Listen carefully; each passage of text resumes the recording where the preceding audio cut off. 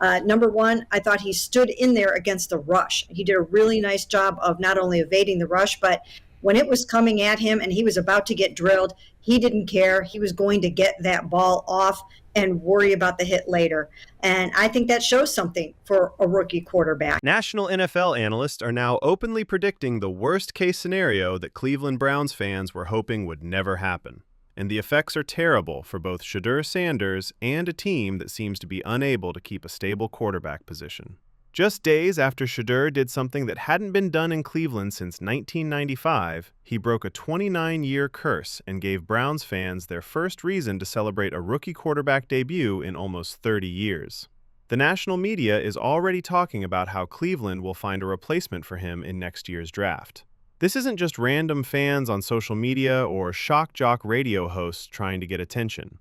These NFL analysts have sources inside the teams and know how front offices think and work. And what they're saying is that even though Shedeur played very well, even though his first win was very important in the history of the game, and even though he's already done a lot with very few chances, the Cleveland Browns still plan to use a high draft pick to find someone to take his place. I think Shedeur should go out there and seize the moment every single week and not let them take him out of the lineup. I think it's a good idea to see as much of him as you possibly can to see if he can change your mind about drafting a quarterback in the first round of the 2026 draft. But he's got to go out and do it week after week and prove that he's the guy and that they don't need to see more of Dylan Gabriel. So I think that's his charge for right now. Mike Renner, a well-known draft expert for CBS Sports whose predictions are taken very seriously in NFL circles, recently released his predictions for the 2026 NFL Draft. He dropped a bombshell that has Browns fans seeing red and Sanders supporters wondering if Cleveland even deserves to have a franchise quarterback.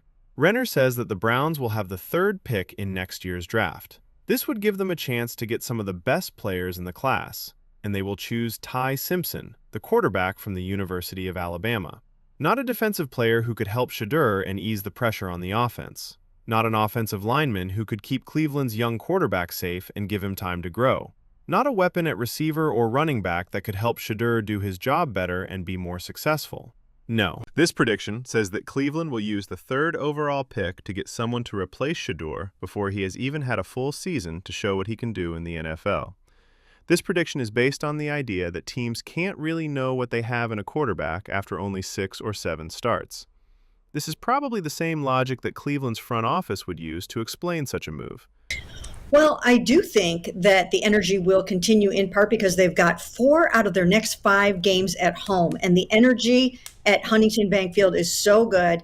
It's been that great in large part because of how dominant this defense is. When I look at the energy in Vegas, I do think some of it had to do with Shedeur and some of it had to do with the fact that the defense was just absolutely crushing Geno Smith. The argument is that the sample size is too small to make strong conclusions about a quarterback's long-term potential, and that it would be dangerous to pass on a highly rated quarterback prospect in a high draft position just because a fifth-round rookie had a few good games. The safest thing to do would be to try again at the quarterback position while you have the chance, train both players, and let the competition decide who will be the franchise quarterback. And if you get 2 good quarterbacks, that's a problem every team in the league would love to have because you can trade one for a lot of draft picks and other valuable things. But the main problem with that way of thinking is that it has caused the Cleveland Browns to have organizational problems and quarterback instability for the past 30 years. You can't make a franchise quarterback in an environment where he's always looking over his shoulder, where the team is always looking for his replacement, and where every mistake or bad game is seen as a reason to draft someone else instead of supporting and developing the player you already have. Young quarterbacks need to feel safe and confident in order to grow. The job is too hard, the learning curve is too steep, and the mental parts are too important for a player to reach his full potential when he is scared or unsure of his support from the organization. Think about how this prediction and the organizational philosophy behind it affect Shedeur Sanders' mental and emotional health. He just did something that 17 other Browns rookie quarterbacks couldn't do in 29 years. He played with a level of calm and maturity that was beyond his years in a very stressful situation. He threw the ball in a way that showed he had real NFL arm talent. He did a good job of managing the game and leading his team to an easy win. And instead of being praised, supported, and given the organizational commitment he needs to keep growing with confidence, he's now reading reports that Cleveland is going to use the third overall pick to find someone to take his place. What are you trying to make him feel? How is that environment supposed to help promising young quarterbacks grow and develop into franchise cornerstones? The fact that Cleveland is expected to pick a certain quarterback makes this whole thing even more interesting and annoying. Ty Simpson from Alabama is definitely a talented player who had a great college career. The prediction says that Simpson has thrown for 22 touchdowns and only 2 interceptions this season. He is also thought to be one of the best downfield passers in college football. People say that he is the best at finding throwing lanes at the intermediate level. These are real quarterback skills that would make any player appealing to NFL teams looking for their franchise player. But this is the most important question. Is Ty Simpson so much better than Shedeur Sanders that using the third overall pick on him is worth it, even if it hurts Shedeur's confidence and causes a quarterback controversy that will make headlines and split the team? It's important to put Simpson's college production numbers in the right context to see why he is a good candidate. Alabama has great offensive line protection for quarterbacks, playing with 5-star skill position talent at receiver and running back, getting an edge in schemes because Nick Saban or his successors recruit better than almost anyone else in college football, and facing defenses that are often way too weak. Sure, Simpson's great touchdown-to-interception ratio is partly due to his skill and decision-making, but it's also a lot because Alabama has a lot more talent than most of its opponents. That doesn't mean Simpson isn't good or won't do well in the NFL, but it does mean that his college stats don't automatically mean he's better than Shedeur Sanders, who also had great stats at Colorado while playing with less overall talent and facing real competition. The fact that Cleveland is expected to have the third pick in the draft is important because it shows how bad the season is expected to go for the Browns. When things are going well, teams don't pick third in the draft. That spot is only for teams that have had terrible seasons and only won 3 or 4 games. They are among the worst teams in the league. If Cleveland ends up picking third, it means that the season was a total disaster by any reasonable standard. And in that case, with that level of organizational chaos and dysfunction on display, the front office's answer is to draft another quarterback instead of fixing the problems that caused such a bad season. That's what being crazy means, expecting different results from doing the same thing over and over again. Anyone who cares about the Browns or believes in Shedeur Sanders as a player and a person will find this pattern the most frustrating and depressing. For the past 30 years, this is how Cleveland has worked. They keep switching quarterbacks and never give them stability or a long-term commitment. Instead of developing the talent they already have, they're always looking for the next one. They got rid of Tim Couch. They got rid of Brady Quinn, Brandon Weeden, Colt McCoy, Derek Anderson, and every other quarterback who has played for the Browns in the last 20 years has been seen as disposable and replaceable, not as an investment that needs to be supported and developed. And now that they've finally drafted a quarterback who shows real promise and does something historic in his first game, the team seems ready to do it all over again. This sends a message to the organization that is very harmful and doesn't help create a winning culture or stability. What does it say about the organization's decision-making and commitment to building something long-lasting when players see that the front office doesn't believe in a quarterback who just won his first start and broke a 30-year drought? How does it affect coaches' ability to develop a quarterback and plan around his strengths when they know that the front office and ownership are already planning to draft his replacement? The answer is that it makes everyone in the organization, from the front office to the locker room, from the coaching staff to the fans, feel unsure, unstable, and torn between their loyalties. The comparison to how other successful teams develop young quarterbacks is very clear and helpful. When the Kansas City Chiefs picked Patrick Mahomes, they fully committed to him. They built their offense around his unique skills, gave him weapons and protection, and made sure he had everything he needed to succeed. The Buffalo Bills stuck with Josh Allen, even when he had problems and wasn't consistent at first. They kept supporting and developing him, and in the end, he became one of the best quarterbacks in the league. The Cincinnati Bengals never changed their minds about Joe Burrow after they picked him.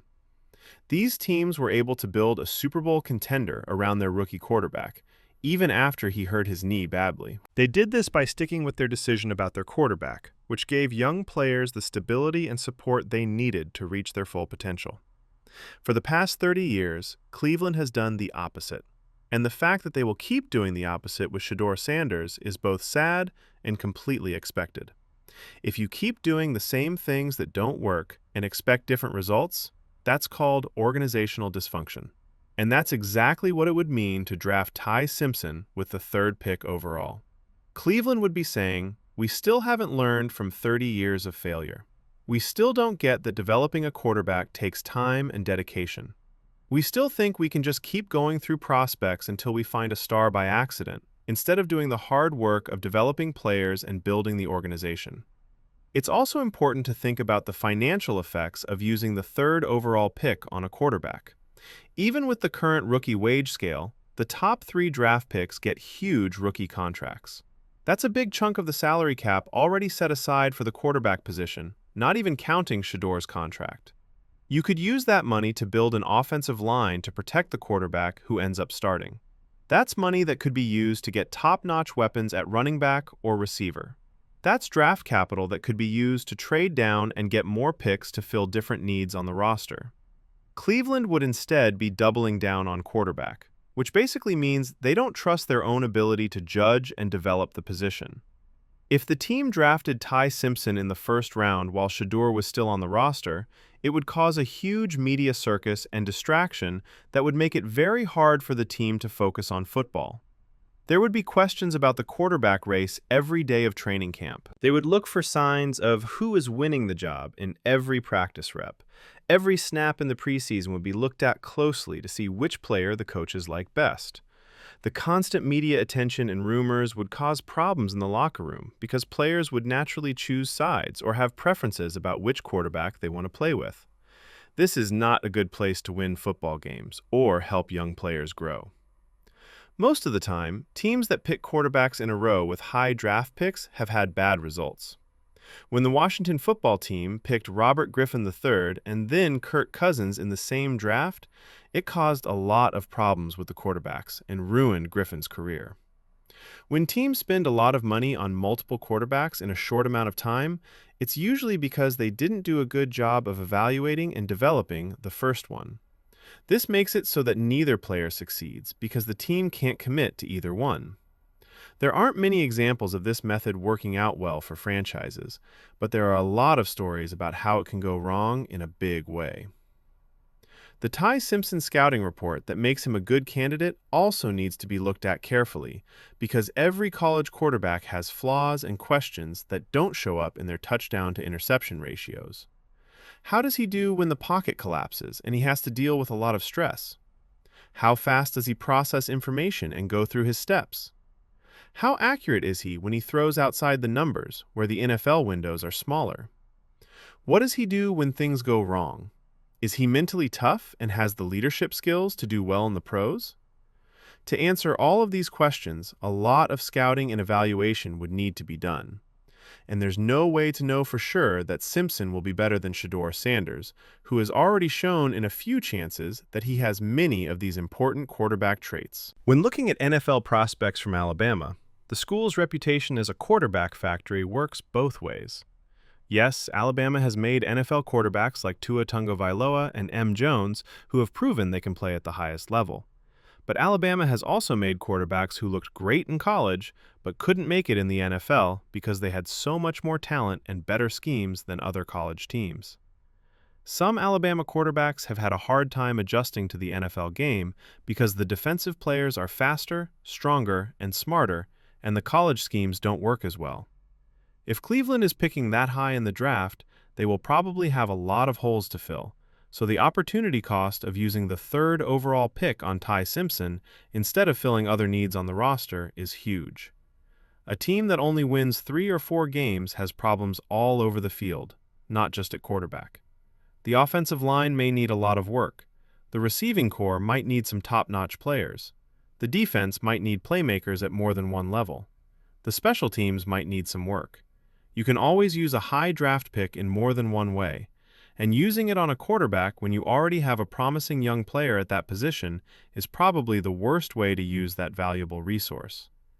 It is also important to think about the message this sends to future draft prospects and their families, as it could have long-term effects on Cleveland's ability to attract and keep talent. What does it say to other top prospects who might want to play for Cleveland if Deion Sanders and Shedeur see the Browns draft another quarterback after Shedeur's successful debut? If top college quarterbacks see how the Browns treat young quarterbacks who have a lot of potential, why would they want to go there in future drafts? When talented players actively want to stay away from your franchise because they've seen how you've treated others, the organization's reputation for instability and dysfunction grows. The coaching staff would have a very hard and uncomfortable time with this situation because they would have to support the quarterback they are currently working with while also knowing that the front office is planning to replace him. How can you fully invest in Shedeur's growth when you know that Ty Simpson could come in and take his place? How do you plan and strategize around Shedeur's strengths when you don't know if he'll even be the starter by the time next season starts? Because the people at the top of the organization aren't clear or committed, it's almost impossible for coaches to do their jobs well. This adds another layer of dysfunction that makes it harder for the team to succeed. If Cleveland drafts Ty Simpson with the third overall pick while Shedeur is still on the team, the fans' reaction would be explosive and could ruin the team's relationship with its fans. For 3 decades, Browns fans have had to deal with terrible quarterbacks. Because they can't find stability at the position, their franchise has become a national joke. Finally, they have a young quarterback who did something important in the past and gives them hope. If the organization drafts a new player to replace him after just 1 season, the backlash would be strong, long-lasting, and could hurt the team's finances by lowering ticket sales, merchandise sales, and overall fan engagement. The truth is that Shedeur Sanders needs more than 6 or 7 starts to show what he can do as an NFL quarterback. At some point in their development, every player at this position has to deal with growing pains and problems. Every new player makes mistakes and has bad games along with good ones. The key is to give people enough time and support to learn, make changes, and grow on their own, rather than forcing everything into an artificially short timeline because of draft position and impatience in the organization. If Cleveland can't promise to give Shedeur at least a full season or 2 to grow before making decisions about his long-term potential, then they don't deserve to have a franchise quarterback because they aren't willing to put in the work to make one. This prediction from a well-known NFL draft expert is the best example of why the Cleveland Browns have failed at the quarterback position for the past 30 years. Young quarterbacks are more likely to fail than succeed because they can't commit to a player, are always looking for the next option, and don't have a stable or supportive environment. Shedeur Sanders broke a 29-year curse and did something that had never been done before in his first game. He should have the chance to keep growing without the stress and distraction of knowing that his company is already looking for someone to take his place. If Cleveland picks Ty Simpson or any other quarterback in the first round of the 2026 draft, it will be another example of how the team's problems are getting in the way of success. If you want to keep up with this totally maddening situation as it unfolds over the course of the season, if you want to see if Cleveland really makes this terrible mistake, or if Shedeur's play makes them change their minds, if you want to see if the Browns finally learn from their mistakes after 3 decades of failure or keep doing the same things, you need to subscribe right now so you don't miss any updates. Leave a comment below to let us know if you think Cleveland should stick with Shedeur or if it would be better to draft another quarterback. And if you really hate how the Browns keep hurting themselves by having problems and instability at the quarterback position, hit that like button. This story isn't over yet. The choices made in the next few months will decide if Cleveland finally breaks the cycle of failure or stays the NFL's laughingstock for another generation.